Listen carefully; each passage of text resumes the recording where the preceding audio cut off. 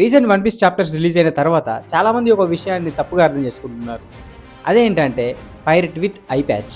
ఓడా sensei చెప్పిన దాని ప్రకారం అయితే ఈ పైరట్ విత్ ఐ ప్యాచ్ స్టోరీలోకి వస్తే మనం ఆల్మోస్ట్ వన్ పీస్ ఎండింగ్కి దగ్గరైనట్టు అని చెప్పారు. So One Piece manga spoilers చూసి షాంక్సే ఆ పైరట్ విత్ ఐ ప్యాచ్ అని అనుకున్నారు.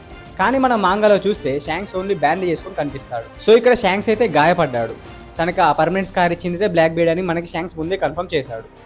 సో షాంక్స్ ఆ పైరట్ విత్ ఐ ప్యాచ్ అయితే కాదు. కానీ ఒక థింగ్ అయితే ఫర్ షూర్, షాంక్స్ స్టోరీలో ఫ్రీక్వెంట్గా వస్తున్నాడంటే ఎండింగ్కి దగ్గర పడ్డట్టే, అది మాత్రం పక్కా. కానీ ఆ పైరట్ విత్ ఐ ప్యాచ్ షాంక్స్ మాత్రం కాదు. సో ఇప్పుడు మాంగాలో అయితే గాడ్ వైల్ ఇన్సిడెంట్ ఎండ్ అయిపోయింది. షాంక్స్ ఎందుకు హోలీ నైట్ అయ్యాడు, ఆ తర్వాత మళ్ళీ పైరట్ ఎందుకు అయ్యాడో మనం ఇప్పుడు ముందు తెలుసుకోబోతున్నాం. సో ఇప్పుడు ఆ పైరట్ విత్ ఐ ప్యాచ్ ఎవరై ఉంటారని మీరు అనుకుంటున్నారు. అంతకుముందు స్కాపర్ గబాన్ ఇంట్రడ్యూస్ చేసేంత వరకు గబానే ఆ పైరట్ విత్ ఐ ప్యాచ్ అని అనుకున్నారు, key to the One Piece అని. సో కానీ గబాన్ కూడా కాదని తెలిసింది మనకి. And we have to wait and see what Oda sensei is cooking.